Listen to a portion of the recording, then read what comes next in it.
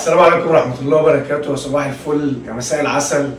النهارده بقى جايين نتكلم على مشوار الأهلي والزمالك في أفريقيا، ومعايا كابتن جو ومعايا كابتن صبحي، وجايين كده بقى إيه ماتشين مولعين، يعني ماتش الأهلي وأزايز مية وسكاكين معجون ملوش علاقة بالكورة، قصص غريبة. يا عم صبحي عامل إيه؟ عامل ايه؟ عامل إيه يا كابتن جو؟ الحمد لله. إيه نبتدي بماتش الأهلي ولا الزمالك؟ ماشي نبتدي بماتش الأهلي. نيجي من عندك كده، إيه رأيك؟ شفت الماتش إزاي في أوله؟ والله الماتش كان كويس، الاهلي لعب ماتش حلو وجيم حلو. بس يعني طبعا التحكيم والظروف بتاعت الماتش نفسها ساعدتنا ان احنا نتفرج على المنتج اللي حصل امبارح ده، حاجه ملهاش اي علاقه بالكوره، ازايز سجين معجون وماتش يعني. بس الاهلي قدم فيه كوره حلوه وكوره كويسه، والكابتن ياسر تروب ماشي في خطه كويس يعني. انا شايف اللي يستلو بامانه فرض شخصيته في المنتشة كلها من بعد ماتش الزمالك. دي حقيقه. يعني الراجل طريقته واضحه، بيلعب ضغط عالي، بتلعب في المغرب تحت ضغط جمهور، بيضغط عالي من قدام. انت في الماتشات اللي زي دي بتبقى مطالب منك ان انت تطلع باقل خسائر، يعني حصل. بتبقى عايز تكسب بس اي حاجه من الماتش. الراجل حتى جو 1-0 وبيضغط، بيعمل تغييرتين، بيطلع ديانج اللي في نص الملعب وبيطلع كوكا، بينزل بن رمضان، وبكمل ضغط لغايه الدقيقه 68 لغايه لما خطفنا الجول. يعني الراجل شخصيته واضحه واسلوبه خلاص وضح. يعني كان بالنسبه لي بخاف منه عم صبحي، اللي هو كان بيضغط لغايه لما بنجيب جول وبيرجع يدافع. لا هو الفترات اللي فاتت من ساعه ما ابتدى البدن يعلى، لا هو ابتدى يضغط لفتره اطول في الماتش. دي حقيقة. والعنصر اللي ما بيضغطش بنفس الكفاءة بالشوط الثاني بيطلعه على طول، بينزل واحد غيره. يعني شفنا ديانج امبارح ما كانش ده وحش ما كانش وحش. مشكلتي مع ديانج ان هو بس غلطاته كارثيه، يعني هو على قد ما بيعمل ماتشات جامده وبيشيل وبتاع، بس هو يوم ما بيغلط بتبقى الغلطه يعني قاتله يعني. انا شايفها بقى نتيجه الماتش. طب احنا طالما جبنا سيره ديانج، شايفها بيلين ولا مش بيلين؟ بامانه لا هي بيلين بس يعني هي اللي بعد البيلين اللي داخل. من وجهة نظري ولا اي حاجة. لا ولا انا شايفها ولا ليها علاقه ببيلينات بامانه، يعني حتى لما التيشيرت دي بتتعاد طبعا يعني لما التيشيرت تتعاد عادي. 100%. بس ايه رايك في 3 لعيبه دخلوا من شوبير؟ كلمتك المره اللي فاتت والفيديو اللي فات قلت لك على شوبير، قلت لك ان الراجل واقف وان الراجل عنده ثقه والراجل محتاج يلعب بس. هو احنا قلنا كده مصطفى يعني حارس كويس جدا كمان. انا بحسك برضه انت بتتكلم على شوبير بتتكلم بحياد. عشان برضه مصطفى ليه غلطات. ما هو كده كده هيغلط بس ما تتبروزش. صح ولا لا؟ مش انت كده كده عارف بقى صبحي ايه من الناس اللي بتبقى قاعده مستنيه يغلط. شفت مش عارف، لا اديله ثقه، كده كده هيغلط وهيعمل كوارث. ما يكون في العالم بيعمل كوارث، هو مين في الدنيا دي كلها ما بيعملش كوارث؟ بس الواد ده لو اتدعم صح انا حاسس انه مش هيطلع من الملعب. هو كده مش يعني مشكلته ان هو برضه لعب في فترات قليله قوي قبل افريقيا. ايوه كان عايز ياخد وقت اطول بكتير عشان يتجهز للبطوله. والله كان هيجهز، والله كان يجهز ويلعب. لو كمل بنفس الريتم ده اللي هو فيه ده ممكن يلعب. انا زي ما قلت قبل كده، قلت لك البطولات المجمعه اللي زي دي بتخلق دايما واحد مش في حزام، ممكن يكون احنا ما بنلعبش، وارد يكون هو مصطفى ويطلع ويلعب في هوايه عملات مش. يا رب. انا بالنسبه لي مصطفى مطمئن. مصطفى امبارح يا جدعان والجمهور بيدب والدنيا مولعه. شفت انت اللقطه بتاع ازاز الميه، واخد ازازه الميه وبيشرب. خلي بالك، لا اللقطات دي لعيبه كتير بتترعب منها. يعني يرجع كده بالزمن احمد الشناوي ده، معلش كان شويه الجمهور بيهللوا عليه بيقع وما بيكملش الماتش. لعيبه كتير كده. احمد الشناوي والراجل ده يشهد انه زملكاوي. لا في الماتشات الكبيره بقول لك امبارح بيخاف يعني. ازاز ميه ومولوتوف وفي حرب شوارع والواد بارد واقف مرتاح. وحتى في البيلين ما شاء الله راح معاها، وفي الفولو راح معاها. هو يحسب اللعيبه الاهلي كلها عامه، يعني بغض النظر عن الكوره، يعني شخصيتهم في الموقف زي ده يعني. العيال كانت بتقاتل برضه على سكينه المعلومه بطريقه غريبه قوي. الحاجات دي فعلا الشخصيات دي بتفرق في اللقطات اللي زي دي. انا استغربتهم بامانه، زي ماتش الهلال السوداني. هو بيقول لك القانون ان لو اي آلة حاده اترمت على اللعيبه فممكن القانون بس كده مش هيحصل. يعني احنا عارفين افريقيا الجميله بتاعتنا ما فيهاش الكلام ده، وما بنبصش احنا للقصص دي. مفيش اكتر من حدائق وبيات في مصر. الله سكاكين معجون بقى اللي هم جايين. ما احنا هنحاربهم بالاخلاق. انا بقول لك لا مفيش اخلاق، هنختار الاخلاق. مفيش اخلاق، احنا كده هنحاربهم بالاخلاق. بس انا عايز اقول لك على حته برضه. ايه رايك في توظيف زيزو في الحته دي مع تريزيجيه؟ يعني انا بقيت بشوف في حته تعاون بين الاثنين وظاهره قوي. لا هو التعاون ما بين زيزو وتريزيجيه اختلف عن الماتش اللي فاتت. هو بيحاول يخلق لهم هم الاثنين في الملعب يعني وظيفه. بالظبط، ويخف الضغط من على واحد بالتاني بحيث ان هو مثلا يعرف ينقل الضغط.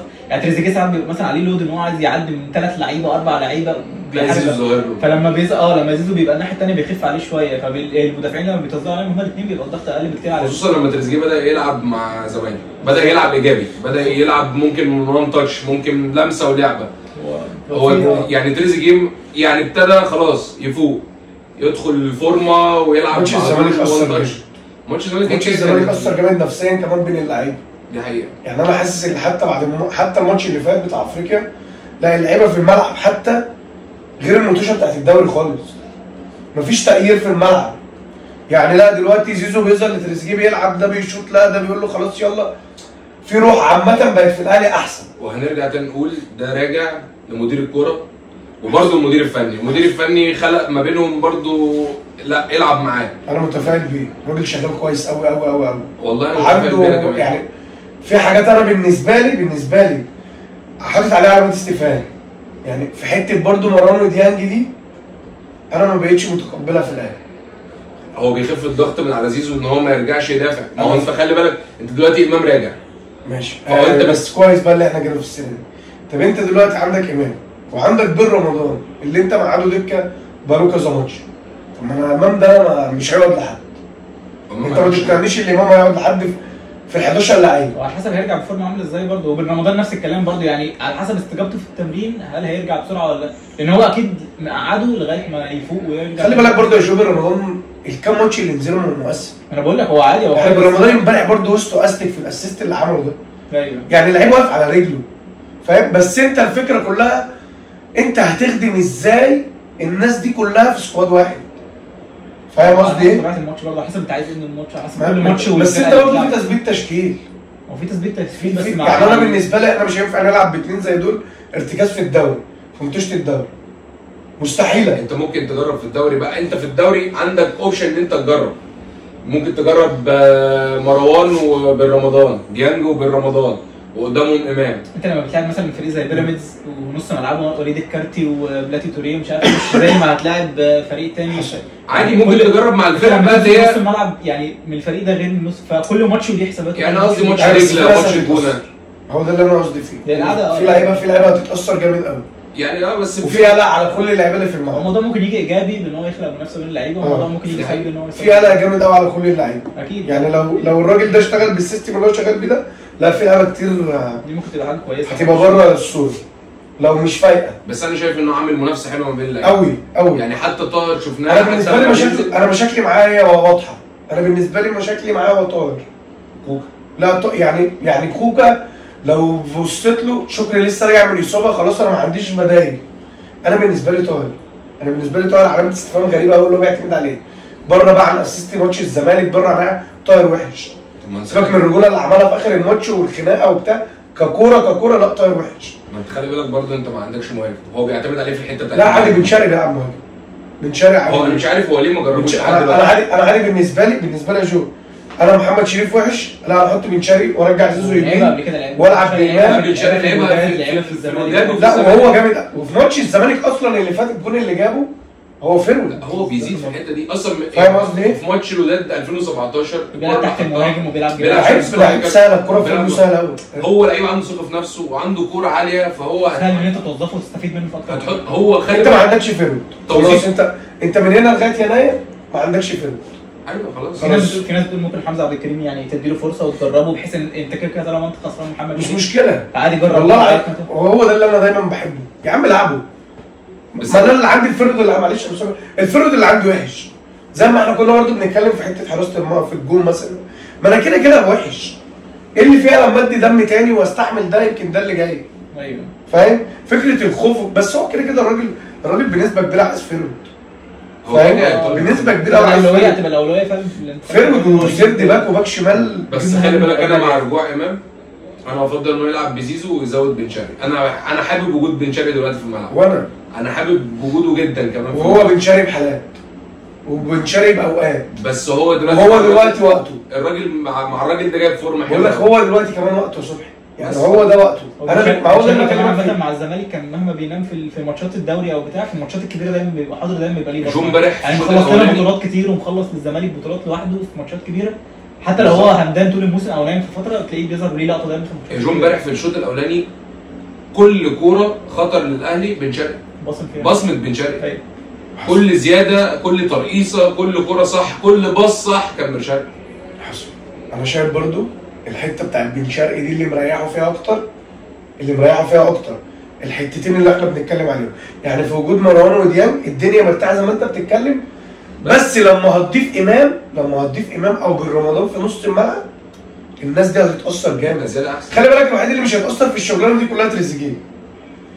صح. يعني الوحيد اللي مش هيتاثر في الثلاثه اللي قدام عشان هو كده بيحب يحرد هو تريزيجيه. هو بيحب يرجع، هو حريته، هو جاي في الحته بتاعته فعلا. الورك ريت بتاعه عالي. المشكله اللي انت بن شرقي بتحطه قدام هاني، وهاني اصلا دفاعيا مش قوي، فاهم؟ فهيتاثر جامد بعدم وجود دول. بس خلي بالك بن شرقي بدا برضه يعمل واجباته الدفاعيه، بدا يرجع وبنشوفه بيقطع الكوره، يعني امبارح قاطع الكوره من قدام هاني، عامل ترقيصه الثانيه مسلم كورته صح. في ماتش الزمالك في الدوري رجع برضه قبل كده لما قلت لك وشال الكوره، بس برضه انت لو بتلعب بالضغط اللي انت بتتكلم فيه ده لا مستحيل يرجع يدافع. يستروب خلاص هو اقنعك، خلاص هو على الورق الراجل ده بينزل يضغط من جوه ال 18. بس خلي بالك هو بيبتدي كوره من تحت لو مين عليا. والراجل برضه مصر على الحته بتاع بن شرقي اللي هي بيلعب على اي فرقه من الحته بتاع بن شرقي، الثغره اللي ما بين الباك ليفت والسيرد باك اللي بيلعب جنبه، عشان هو ده التحول من عنده. الجول بتاع امبارح برضه حصل من نفس اللعبه دي. حصل، وهو ده التحول بتاعك، خلي بالك في الملعب. يعني ارجع برضه في ماتش بتاع افريقيا اللي فات بتاع الشباب، هي دي نقطه التحول بتاعك. انت عامل زحمه ناحيه الشمال، يعني هو الراجل بيكتل الملعب كله ناحيه الشمال بحيث ان هو يفضي الناحيه على بن شرقي، اللي هو يخليه دايما اتفرج على الماتش اللي فات حتى يشوف بن شرقي فيه 3 4 كوره ورا بعض بيروح واحد على واحد، فاهم؟ هو الراجل مكتل الماتش، يعني بيقلب الماتش ناحيه الشمال اكتر بحيث انه يسيب واسع اكتر في التحول لبن شرقي.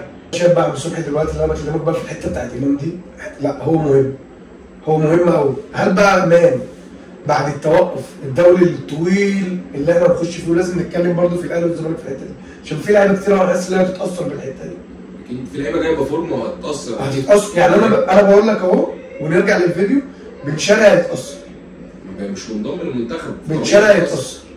بن شرقي التوب فورم اللي وصل له، انا من اللعيبه اللي بشوف لما بتاخد اجازات وبتريح وبتاع، في لعيبه بترجع كده انا عارف كاس العرب انا عارف اللي هو راح مع المغرب، بس كده مش هيشارك يا جو بنسبه كبيره، ما مش بيشارك. ونتكلم على الزمالك شويه. شفت ماتش الزمالك النهارده ازاي؟ هو يعني الزمالك النهارده ما عملش ماتش وحش على فكره، والنتيجه يعني النتيجه تبان ان هي وحشه، بس انا شايف النتيجه بره الارض دي نتيجه كويسه جدا بالنسبه لك. هو اللي مبين ان هي وحشه السيناريو الماتش واللي حصل في الماتش. السيناريو بيقول لك لكن فكره انت بتعادلت بره ارضك مع كايزر تشيفز، لا نتيجه حلوه قوي، معاك 4 نقط من الماتشين، ماشي في سكه صح. لو كسبت المصري انت خلاص بقيت في حته كويسه في المجموعه، وانا يعني ان شاء الله انا عارف ان الزمالك باذن الله كويسه، بس هي الفكره بقول لك، هي ظروف الماتش هي اللي خلت النتيجه دي، اللي مخليه الجمهور شكله زعلان بس من النتيجه. واللي حصل برضو ان هو جايب غلطه ساذجه كده، فهو الموضوع يحرق الدم شويه بس. هي دي اكبر مشكله بقى حصلت. بس انت شايف برضو يا شو، يعني الزمالك انت لو بصيت على الماتش، لو اي حد بيتفرج على الماتش من بره كده هيشوف ان الزمالك اجمد بكتير من اول. انت مضيع اول الشوط اصلا. كذا شيرز ما راحش طول الماتش تقريبا غير بكوره او بكورتين خطر من طول الماتش، وحتى الكوره الاولانيه بتاعت اول 23 دقيقه انت مضيع جولين رسمي. لا والكوره اللي هم عملوها بتاعت سيرين، الكوره الخطر دي مش هجمه ولا مثلا غلطه ولا بتاع، بس هي اجتهاد فردي من سيرين. برضه سيف الجزيري ما يقعدش لاي فرقه عندكم. سيف الجزيري جامد وكل حاجه، بس هو انت الفكره ان انت ايه، يعني كل ماتش برضه وليه ظروف. بس هو احسن الموجودين، خصوصا الجزيري. لا بحالات والله، بس هو حتى لو بحالات اصل مين هيلعب عليه؟ انا بالنسبه لي عضاء الدباغ هو الفتره دي فايق، الفتره دي بتاعته بصراحه، فاهم؟ بس ما قدمش اي حاجه. بس خلي بالك الجزيري ده بحالات فعلا، لدرجه ان انت اوقات تشك ان هو بيعرف يلعب كوره. احنا اللعيبه كلها خلي بالك 3/4 لعيبه الدوري المصري بحالات، فاهم قصدي ايه؟ بس انت بتلاعب احسن، يعني اوحش الموجودين من احسن الوحشين زي ما بيقول لك هو اللي بيلعب. يعني هو خلاص نصر المنسي بره الصوره خالص. عضاء الدباغ كده ما كانش ينفع يلعب عشان لعب في الماتش اللي هو بتاع تصفيات البطوله العربيه. فانت اللي عندك الجزيري، وفي العادي الجزيري اختاره. انا بقول لك هو يعني بالنسبه للاسماء اللي لعبت النهارده، لا الفريق كان كويس والدنيا كانت كويسه. انا يعني كفنيا انا مش متضايق، انا هقول لك هكلمك فني وهصيح في حاجه ثانيه بعد كده. هو كفني الزمالك عادي كان كويس وكانت الدنيا ماشيه، واحمد عبد الرؤوف كان مذاكر على فكره كويس تشيلسي كويس، حتى كان عارف ان المدافع الثاني السيرد باك اللي هو الشمال كان عنده مشكله في الطلوع بالكوره وضغط عليه. بقى اول ما السيرد باك اليمين بيستلم الكوره بقى بيسيبه عادي يطلع بيها، لما السيرد شمال اول ما بيستلم الكوره بيضغطوا عليه. يعني سيف الجزيري بينقض عليه جامد وغلطه في كورتين، واحده منهم اللي طلعت اوت وتردد واتلعب بعد كده وجت جول، واحده منهم اللي هو جاب منه الجول الثاني واتلغى. فهو كان مذاكرها وكان عارفها كويس وضغط عليه مرتين وعرف يستغلهم يعني احمد عبد الرؤوف. وبقول لك الزمالك راح بكذا كوره عرف. خلي بالك اشوف في الدفاع ده محمد اسماعيل كان كان بيلعب 4-4-2، محمد اسماعيل النهارده بيلعب نص ملعب، كان موظفه ان هو ماسك سيرينو وكان عليه مديله واجبات ان هو لازق له في حته الملعب لغايه ما سيرينو خرج. هو كان موقفه خالص وعارف يشتغل عليه كويس قوي محمد اسماعيل. هو لا عارف النهارده يستغله، تيجي كمان كويس قوي ومفيد قوي للزمالك. انا لما لقيت التشكيله كده مش عارف يلعب ازاي. بيفرق قوي، اللي بيفهم بيفرق. وعايز اقول لك على حاجه برضه، معلش اخد من كلامك وارجع بس في حته كده ورا شويه. حته الضغط دي انا بحب المدرب اللي بيضغط، مش بيضغط عشوائي. يعني معلش هنرجع حته بس صغيره في ماتش الجيش الملكي، اتفرج الاهلي بيضغط منين. احنا بنضغط برضه من ناحيه اليمين عندهم وغلطناهم 3-4 مرات. انا ما بحبش الضغط العشوائي، لا دايما في كل فرقه في فرده واقعه.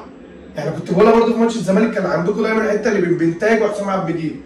هتلاقي في الجيش الملكي امبارح انت قالب الماتش كله الناحيه دي عشان الحته دي عندها غلط وغلط مرتين ثلاثه. النهارده احمد عبد الرؤوف زي ما انت بتتكلم برضه، انا بحب الحته دي. انا بحس ان شغل المدرب بيبان في الحاجات دي، مش اللي انا بضغط وبستنزف قوتي بس في وسمي بضغط من قدام ومش عارف فين نقطه الضغط. انا توقعت ان الزمالك هيبقى تحت الكوره كله وهيفضل يستقبل اللعب وبتاع، لا بس لما لقيته ضغط فاجئني بصراحه. انا فعلا ما عنديش مشكله انت تبقى تحت الكوره وبتاع يعني، وليها ماتشاتها وبتلعب صح ومفيده. واقول لك على حاجه، والزمالك في الفتره دي لو بيلعب بالاسلوب ده انت مش هتعاتبه عليه. بالظبط، انا ما عنديش مشكله عادي، بس انت تعرف تستغلها صح، تعرف تلعبها صح. هو بيرسك النهارده هو لعب ضغط عالي وقابل من عند المدافعين وغلط في كذا كوره، جاب منها جون والثاني هو ريسك برضه جامد قوي. بس هو ريسك عشان يدي الثقه برضه للعيبه اللي بيبان شكلك انت، بيبان شكلك اسلوبك ان انت يعني تفرض. النهارده لو خسر كله هيتباع.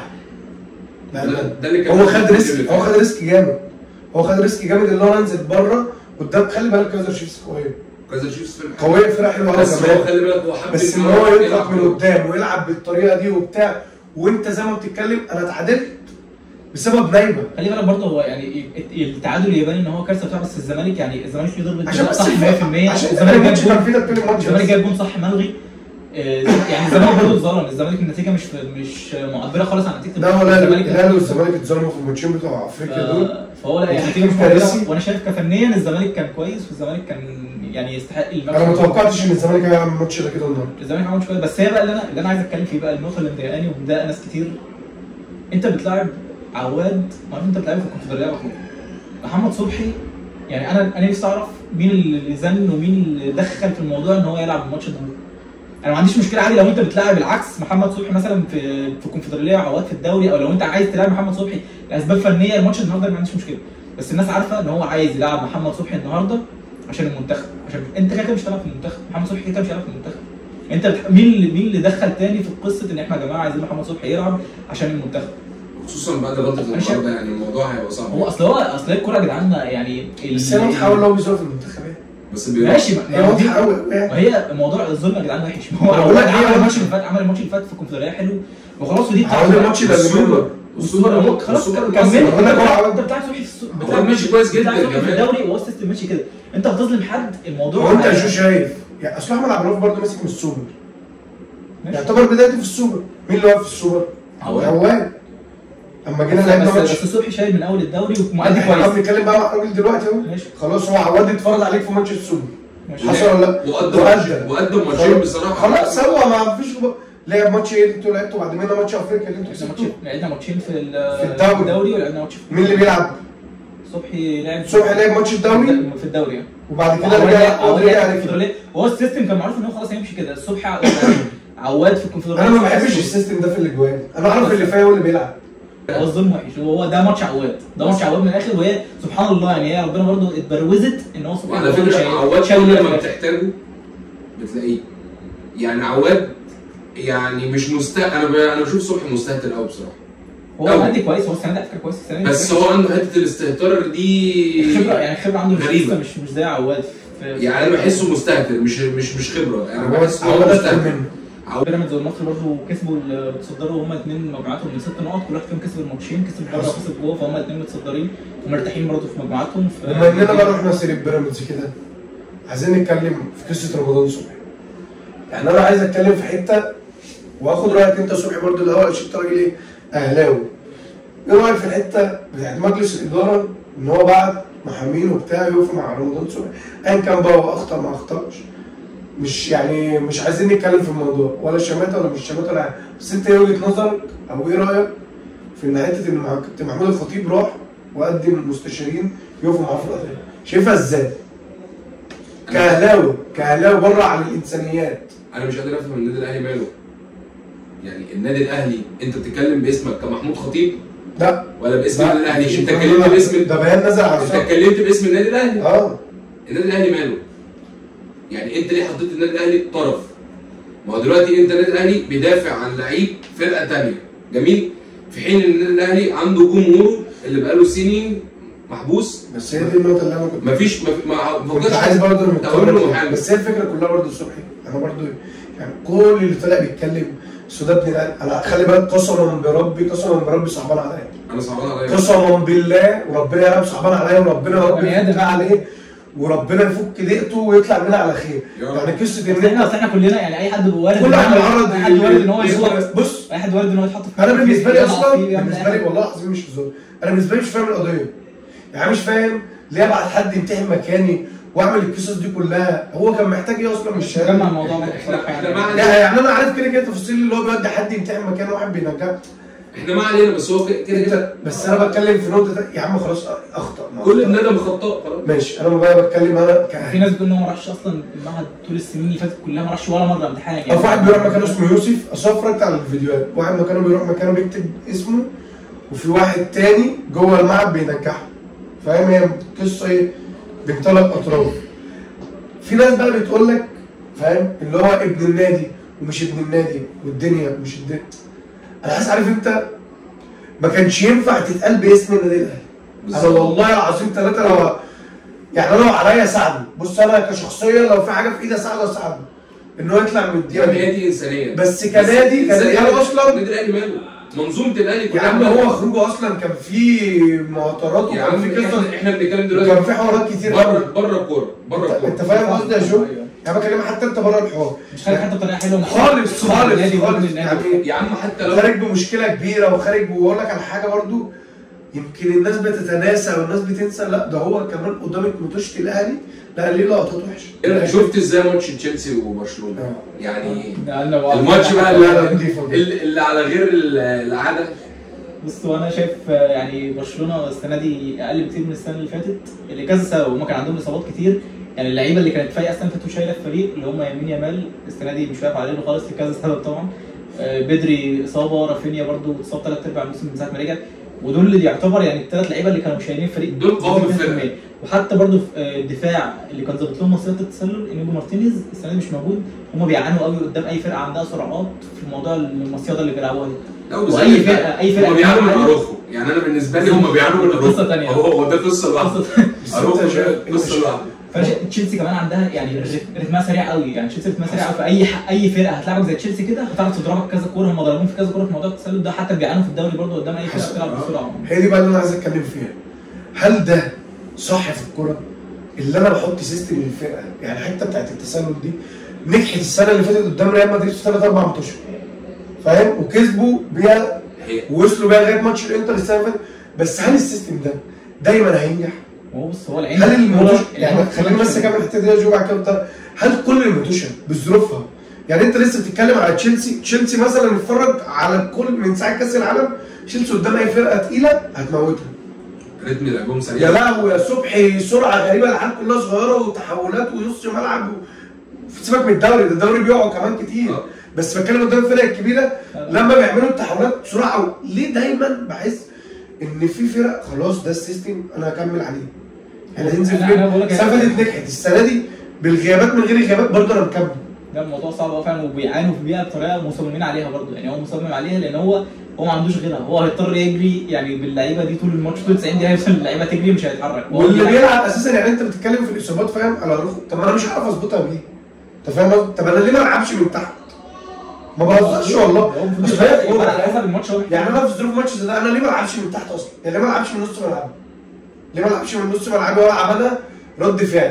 ما عندوش برضو اللعيب اللي يحرك له اللعب وينقله من يعني لو هو مؤخر اللعب ما عندوش اللعيب نص ملعب اللي يحرك له. انت كده كده اصلا انت حتى وانت بتلعب على حته التسلل دي انت بتلعب على التحول السريع. نص ملعبه مش قادر يجاري، مفيش حد اصلا مش قادر يجاري خالص في نص الملعب. مفيش بدري بس كايسيدو يعني كاسح نص الملعب وينزو جامد زي ما احنا بننتقد معلش هانز فليك ماريسكا. لا ماريسكا مدرب كبير هو بان كمان بيجي في الماتشات الكبيره دي كاس العالم اي ماتش كبير بياخدها تحدي يدرس مع اي حد. الفرقه اللي قدامه كويس قوي بيعرف يلعب. موسيماني انجلترا لا هو بيجي في الماتش انا بيفكرني انا في مديرين فنيين كده بيبقى حاططهم في دماغي كده والله العظيم ببقى راصصهم. تشبيه بيجي بيجي لوحده كده تحس ان في مديرين فنيين. ايوه يعني لو بلعب مثلا كاهلي مثلا مش عايز نرجع بس موسيماني بلعب ريال مدريد والله ما ببقى قلقان باللاعب المقاولين ببقى ايدي على قلبي. هي في ناس كده يعني انت عارف تدرس، عارف ريال مدريد يلعب ازاي بس مش عارف المقاولين هيلعب لك رد فعل. هو في ناس في فكر كل واحد بيعرف يدرس اللي قدامه. في فرقه بتلعب رد فعل، في فرقه لا بستنى بلعب لازم انا فعلا فهي بتفرق في الحته دي. بالنسبه لي ماريسكا بيلعب قدام اي فرقه جديده وعنده بياخدها تحدي. الادوات اللي تساعده يعني عنده جوستو ده غريب. طب شايف ارتيتا رايح فين بالارسنال؟ هياخد الدوري ان شاء الله. انا من وجهه نظري هياخد الدوري. الراجل ده عامل موسم كبير بس مشكلته يعني كلها يعني لسه بدري على الدوري دي وكل سنه فعلا بيتصدر وبيفرق. مشكلته كلها بقى التشتت اللي هيحصل من اول الدور الثاني اول ما الابطال تشد مع الدوري. دي قصه هي دي بقى اللي هو وانا الحاجه اللي شايفه فرق السنه دي فيهم عن السنه اللي فاتت. هم السنه دي عندهم قادرين يعني يجيبوا جون بكذا طريقه، مش مزنوقين في سكه. يعني هم عندهم الماتش اللي فات خلاص هو دي سيستم السنه اللي فاتت بس دلوقتي بدات تزيد اكتر. لا والسنه دي بقى في حلول بقى في ايزي. ماتش البايرن عندهم مثلا المهاجم الاول جيوكريس مصاب، المهاجم الثاني مصاب كي هافرتس، الثالث جابريل جيسوس مصاب. رجع لميشو اللي هو اكتر عنصر عنده دكه كمان، عنده عمق سكواد عادي يقدر يشيله في ماتشات كتير في الدوري. هو ده اللي كان بيقع السنين اللي فاتت ان هو عنده لما الدكه كذا واحد بيتصاب خلاص الفريق بيقع. صح السنه دي كالافيوري يعني بالنسبه لي سد في الدفاع لما جابرييل اتصاب. مش لعيب محترم قوي اللي نزلوا دكه والله العظيم نزلوا دكه الماتش اللي فات كلهم سجلوا قوي لعيب محترم جدا وفريق قوي في الملعب وايزي فريق قوي في الملعب. اللي نزلوا دكه الماتش اللي فات قدام البايرن كلهم سجلوا. مارتينيلي مادوكي نزل سجل، كل اللعيبه نزل من على الدكه سجلت. ويعني لا الفريق باين ان هو وايزي جايب فورمه حلوه. الفريق كله لسه بقول لك يا صبحي بس خلي بالك انا بحسبها لارتيتا ان هو عامل من اي لعيب فليكسبل ان هو انا احط كالافيوري ده. يمكن اللعيب الوحيد اللي كان الناس عندها اللي هو ما كانش كويس الماتش اللي فات لويس كيلي، وده اللي الناس يعني شافته ان هو مش واقف على رجله ولا. بس انا كان مهم عندي ان هو يلعب ماتش زي ده. انت مفيد اصل انت لو مش هتلاعب قدام البايرن وانت متصدر انت كسبان الماتشات اللي الشامبيونز ليج كلها اصلا الفريق الوحيد اللي يكسبها كلها. انت لو مش هتلاعب قدام البايرن وياخد التجربه ان هو يلعب بايرن ميونخ وانت مرتاح زي دي فخلاص مش هتعرف تديله ثقه تاني. فهو لا هو اداله ثقه ان انت تلعب قدام البايرن واساسي وبيجرب لعيبته كلها. تمبر عليه قوي. تمبر الموسم هو عنده يستغل. خلي بالك الفرقه كلها فاير. الفرقه كلها على الحته اللي انت دايما بتوقعهم بتاعت الشامبيونز ليج بتاعت الاصابات تدخل الدوري دي. لا هو بقى عنده بدايل هو لو عرف يسدوا في الحته دي. لو عرف في سكواد بحس ان هو ده الموسم بتاع الاصابه. هو جاب لو احنا بنتكلم والله العظيم في كوره بعد كل السنين اللي هو عملها ارتيتا ومشروع مش مشروع المفروض يبقى هي دي اخر سنه بالنسبه لي في المشروع. يعني انا السنه دي بالنسبه لي ما خدش دوري. لا ده اقل حاجه. سيبك من الشامبيونز ليج بالنسبه لي صعبه قوي عليهم. برضه الكوره ما نعرفش فيها ايه وعليها ايه. بس انا بتكلم كدوري. لا السنه دي ارسنال ما فازش دوري. لا المشروع ده فاشل حتى لو انت فنشته ازاي. ليفربول ارقام خرافيه وارقام غريبه. ليه هنتكلم بالغاز؟ لا مش الغاز يا عم كده. ليفربول بتتكلم مثلا في فرقه ده عامل في كل خطوطها ومحصله صفر. لا ده فشل. ده فشل ذريع. مفيش كوره. مشكله مدير فني ولا مشكله؟ لا مدير فني طبعا مليون في المية. مدير فني مليون في المية. بلاش تليطه يعني بلاش خروجه ولا كلام بقى. بس هي ما فيهاش. هو المشكله حتى ان هو مش بيحاول يعني يلاقي حل. انا مش عارف اوظف لعيبتي دي كارثه. افضل بديل كابتن ارني سلوت لو فكروا يمشوه. يعني انا حاسس ان هم مش هيمشوه مش عارف ليه. شاف الونسو لما يسيب ريال مدريد يمشيه ويجيب يورجن كلوب. مفيش حد هتأجل. تفتكر ان اصلا ممكن ده يحصل؟ الحاجه الوحيده اللي ممكن يورجن كلوب يرجع من التدريب بسببها ان هو ريال مدريد يقول له تعالى. مستحيل ريال مدريد مين يا جدعان ماتش تشابي الونسو؟ هو لا مستحيل اصلا. ريال مدريد هتمشيه ليه يا عم؟ راجل فايق وبيكسب والدنيا حلوه. لا 4 ماتشات في الدوري. امبابي فايق. ايوه يا عم امبابي بس نقطه عمر من اول ريال مدريد على فكره عايز اقول لك من غير امبابي السنه دي يهبطوا مستريح عادي. السنه اللي فاتت ما امبابي هو اللي مشارك. السنه اللي فاتت انتوا مفنشين كويس بسبب امبابي. بس انا ايه اللي فيها يا عم؟ ايه اللي فيها ايه؟ بس والله اللي فيها يا مدرب عشان نلعب يا عم ماشي يا عم. انا اللي مستغربه السنه دي بصراحه اللي بس انا بعرف هو عارف يخدم عليه السنه دي يعني فايق ولعب كويس قوي وهو بيديله الثقه وبيلعب على الناس كتير بامانتي. هو يستاهل ان هو يلعب وبيلعب على اي حد يستاهل. انا مش مستغرب من مبابي بس انا مستغرب بقول لك اردا جولر يعني مبابي خلاص هو حسب البالون دور يعني. هو السنه اللي فاتت اصلا كان واخد جولدن بوت وعادي يعني هو لسه في الفورمه مش يعني مش بيعمل حاجه جديده السنه دي. هو ده مستواه وده العادي. يا عم احنا طولنا عليكم وهنتكلم تاني ولسه بقى فيديوهات وفي بطوله عربيه ونرجع لكابتن حلمي طولان والحميد. ولو الفيديو عجبك اعمل لنا لايك وسبسكرايب. سلام.